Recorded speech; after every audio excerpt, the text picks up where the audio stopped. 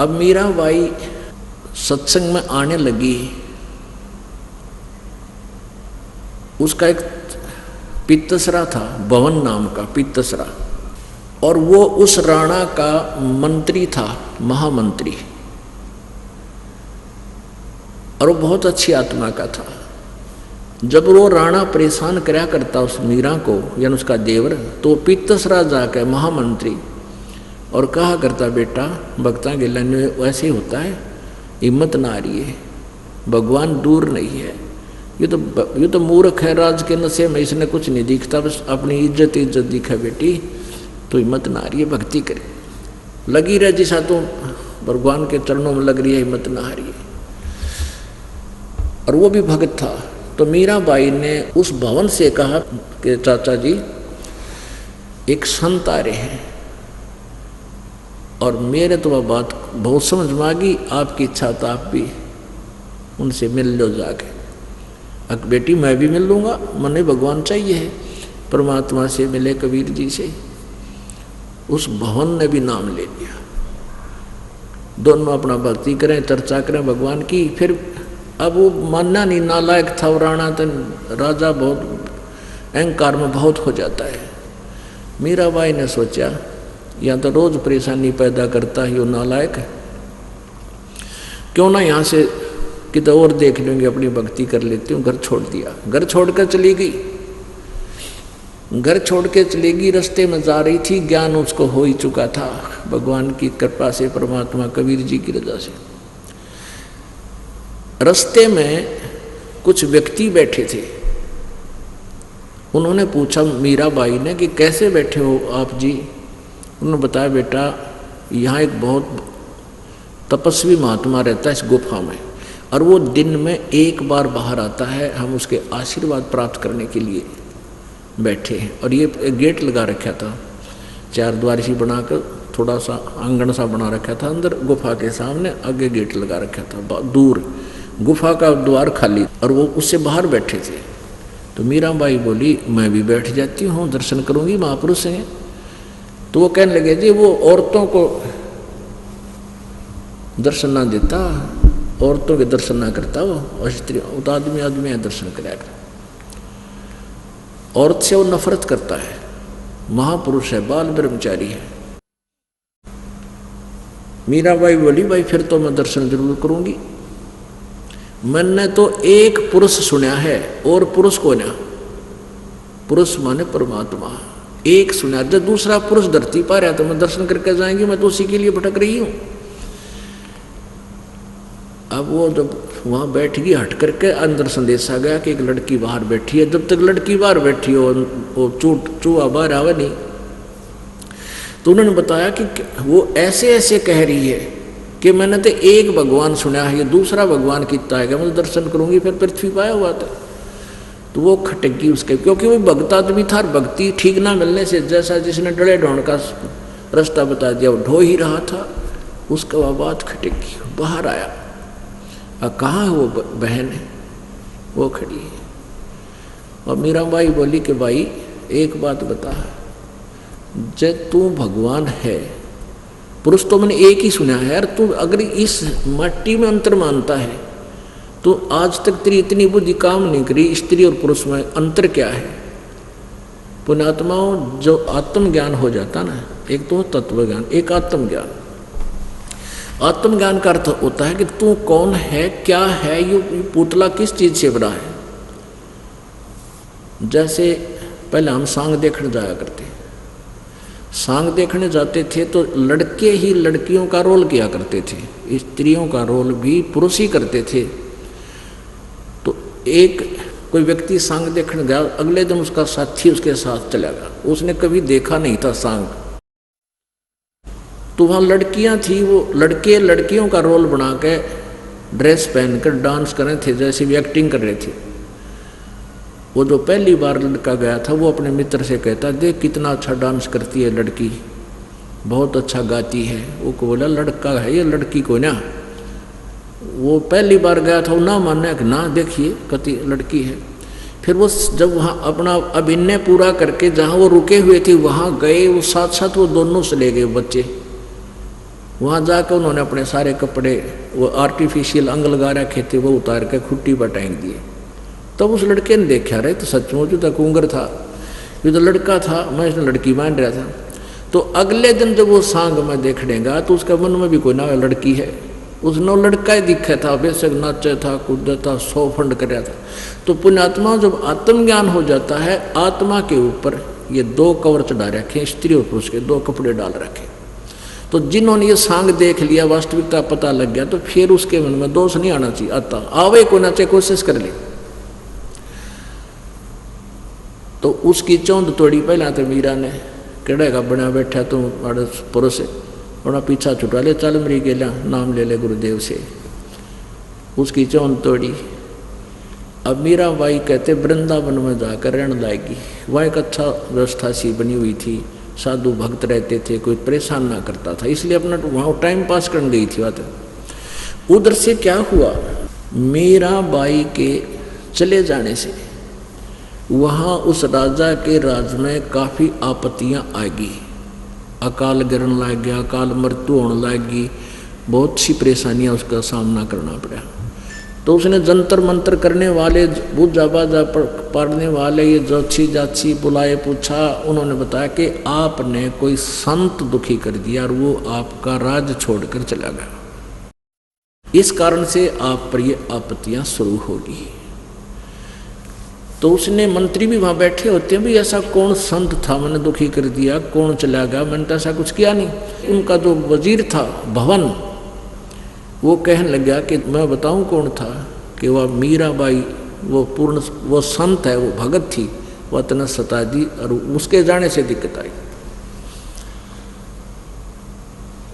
तो कहने लगा भाई फिर क्या इलाज हो, वो जंतर मंतर करने वाले जो अच्छी कहने लगे वो वापस आवे तो तेरा राज में सुख हो, ना तो नहीं होगा।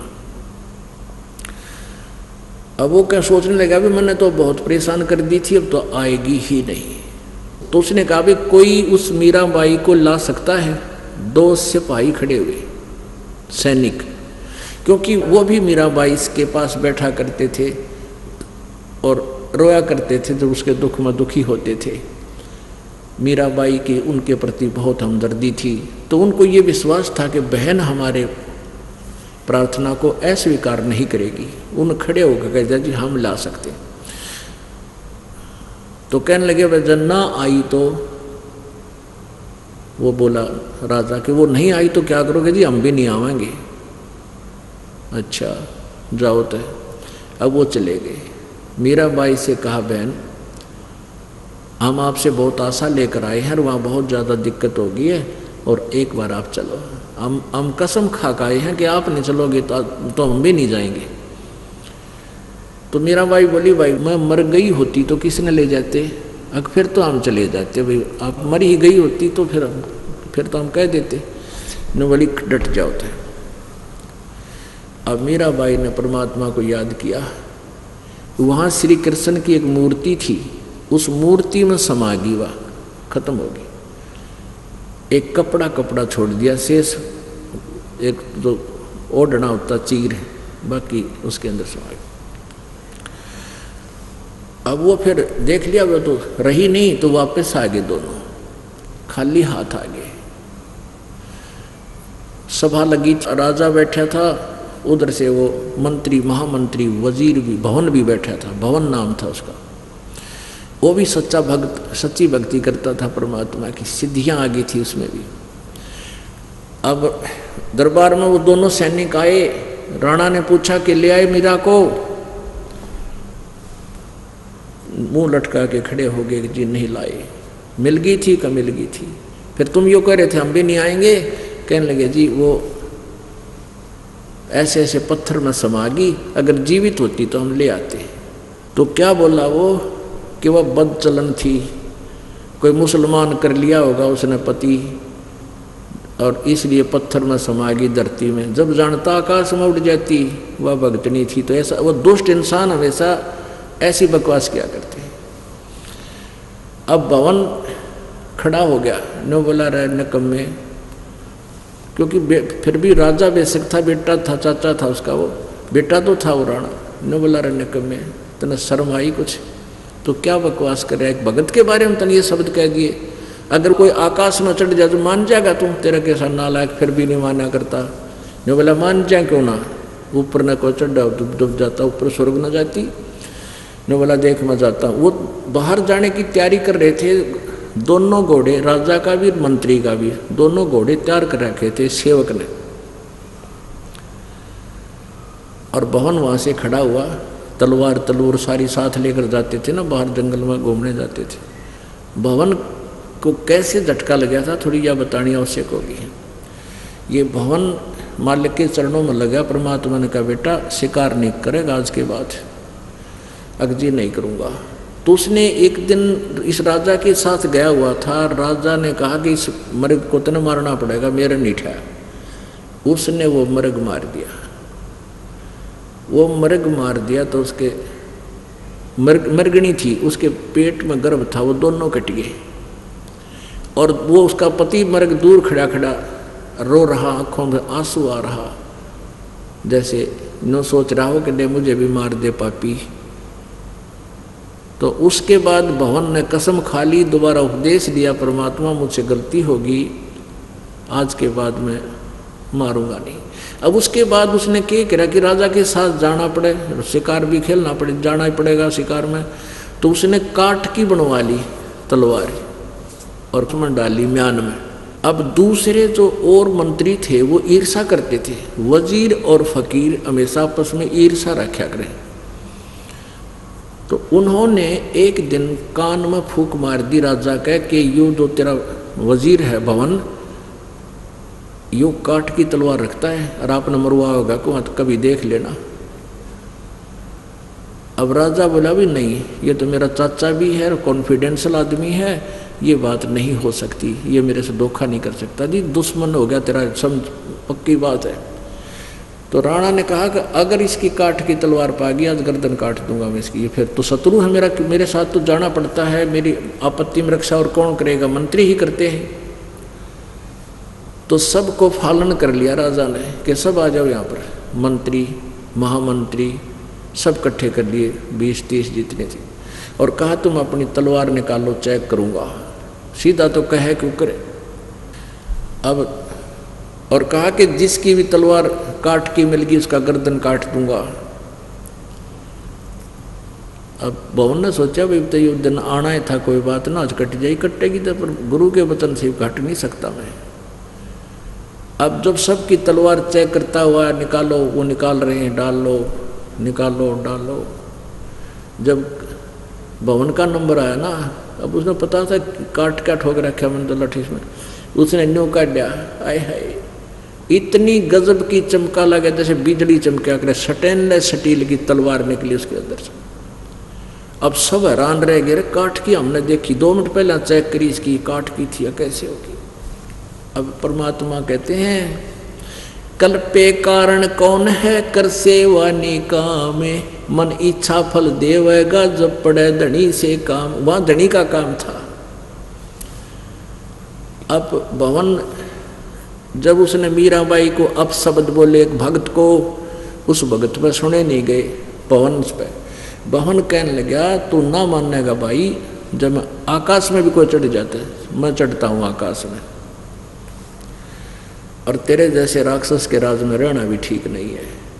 घोड़े पर जाके एकदम चढ़ गया ऊपर, और कहते एक सीधी आकाश से उड़ जाई, घोड़े समेत उड़ा लिया ऊपर, अगले नीच हम जा रहे हैं स्वर्ग में। घोड़े सजा आकाश में, वो भवन गवन गगनों किया, घोड़े सजा गुलाम, और 100 मिश्री साहिब मिले बर्छी सदा लगाम। बोलो सतगुरुदेव। तो पुण्यात्माओं, परमात्मा की भक्ति के अंदर अब यहाँ भी हमने थोड़ा डिफरेंस करना है कि ये सिद्धि थी, इन सिद्धियों से भी बात नहीं बनती, लेकिन हम इन सिद्धियों से ही परमात्मा की तुलना करते रहे। परमात्मा की भक्ति ये चमत्कार दिखाना जरूरी नहीं होता। परमात्मा की भक्ति सत भक्ति सत मंत्र से ही होगा। जिसके पास सही मंत्र है उसने सिद्धियाँ की आवश्यकता नहीं, परमात्मा की आवश्यकता, ऐसे बेड़ा पार होगा। बोलो सतगुरुदेव।